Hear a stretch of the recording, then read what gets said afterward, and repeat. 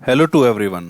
तो चलिए स्टार्ट करते हैं हम अपना सेकंड यूनिट, जिसके अंदर हम पढ़ने जा रहे हैं सोलर थर्मल एनर्जी के बारे में।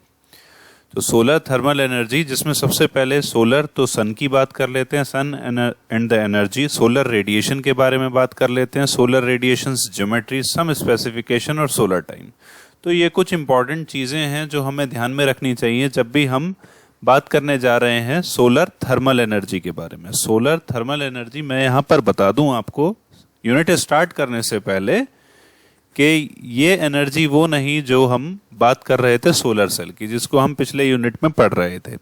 हालांकि वो भी हमारा पॉसिबल इसी वजह से होता है, मगर यहाँ पर हम ऑल्टरनेटिव मेथड्स देख रहे हैं जहाँ पर हम डायरेक्टली और इनडायरेक्टली सन की एनर्जी को स्टोर करते हैं। फॉर एग्जाम्पल, मैं आपका प्रॉब्लम क्लियर कर देता हूं। जैसे हमारा सोलर कुकर,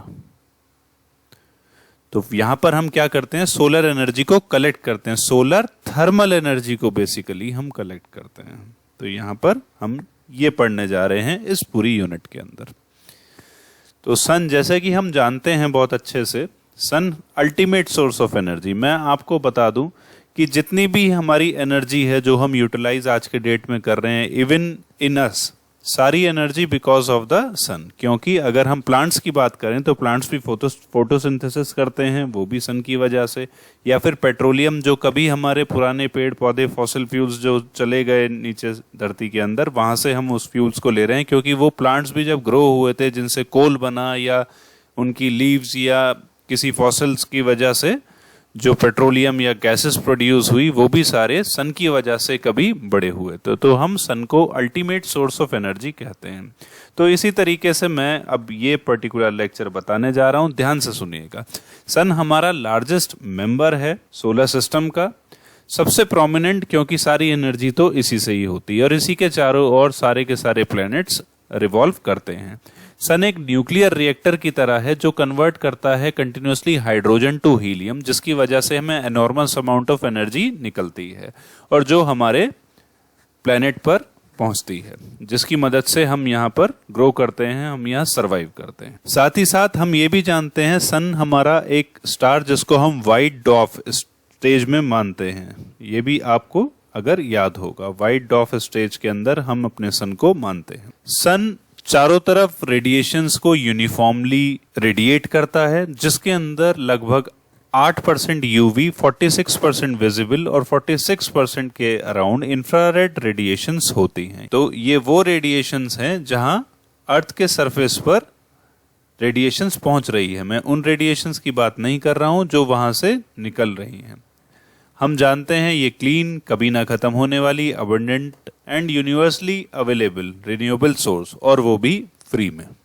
तो ये कितना आसान है कि हम इस पर्टिकुलर एनर्जी को यूटिलाइज करें और आगे उसको अपने लाइफस्टाइल में लेकर आएं, सो दैट हम जो नॉन रिन्यूएबल सोर्सेज हैं उस कम से कम इस्तेमाल कर सकें। सन की कुछ स्टैटिस्टिक्स की बात करें तो हमारा सन का मास 1.98 इंटू 10⁻30 kg, रेडियस की बात करें तो 6.95 के, साथ ही साथ मीन डेंसिटी 1.41, 6000 डिग्री सेल्सियस उसका सरफेस का टेम्परेचर जो हम अच्छे से पढ़ते आए हैं पहले से। हाइड्रोजन कितना है, हीलियम कितना है, हाइड्रोजन सबसे ज्यादा जो 92%, helium 8% around, oxygen, carbon, nitrogen, neon, iron, silicon, magnesium, sulphur और अदर्स गैसेस, ये सारी गैसेस वहां पर होती हैं। तो ये कुछ सन की स्टैटिस्टिक्स। सन की एनर्जी को हम दो प्रकार से यूटिलाइज कर सकते हैं, डायरेक्टली और इनडायरेक्टली। इनडायरेक्टली की अगर बात करें तो wind energy, tidal energy, ocean, biomass, ocean thermal, hydro energy, fossil fuels and organic chemicals.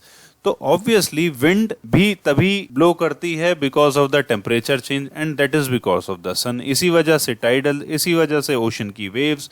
Biomass obviously जो हम खाते हैं, that is because of the sun energy. तो ये सारी चीजें डिपेंडेंट है। तो ये हो गया हमारा indirectly utilization of solar energy. अब डायरेक्टली की बात करें तो हम एक चीज तो पढ़ चुके हैं जो डायरेक्टली, वो हमारा था फोटोवोल्टाइक सेल। उसके अलावा thermal, solar thermal energy is the another way of directly absorption of the solar energy. Okay, तो डायरेक्टली हमारा हम बात कर रहे हैं अब सोलर थर्मल एनर्जी। मैं फिर से आपको बता दूं, सोलर कुकर, यहाँ पर कोई कन्वर्जन नहीं है। जैसा आपने डिवाइस बनाया, उस डिवाइस में उस थर्मल एनर्जी को कलेक्ट किया और आपने अपने पर्टिकुलर जो एग्जाम्पल हम हमेशा से लिया करते थे लाइक पोटैटोज, उनको बॉईल किया, तो सोलर थर्मल एनर्जी। इसी तरीके से अगर हम पावर जनरेट कर पाए तो वो इस यूनिट में हम पढ़ने वाले हैं। तो कुछ स्टैटिस्टिक्स और जान लेते हैं अबाउट द सोलर रेडिएशंस। फटाफट मैं बता देता हूँ। सोलर रेडिएशन इलेक्ट्रोमैग्नेटिक रेडिएशंस होती हैं जिसके अंदर हमारे अर्थ पर 8% के अबाउट यूवी, 46 के अबाउट विजिबल और इंफ्रारेड रेडिएशंस होती हैं। डिफरेंट टाइप की टेक्नोलॉजीज को इस्तेमाल करके हम इस एनर्जी को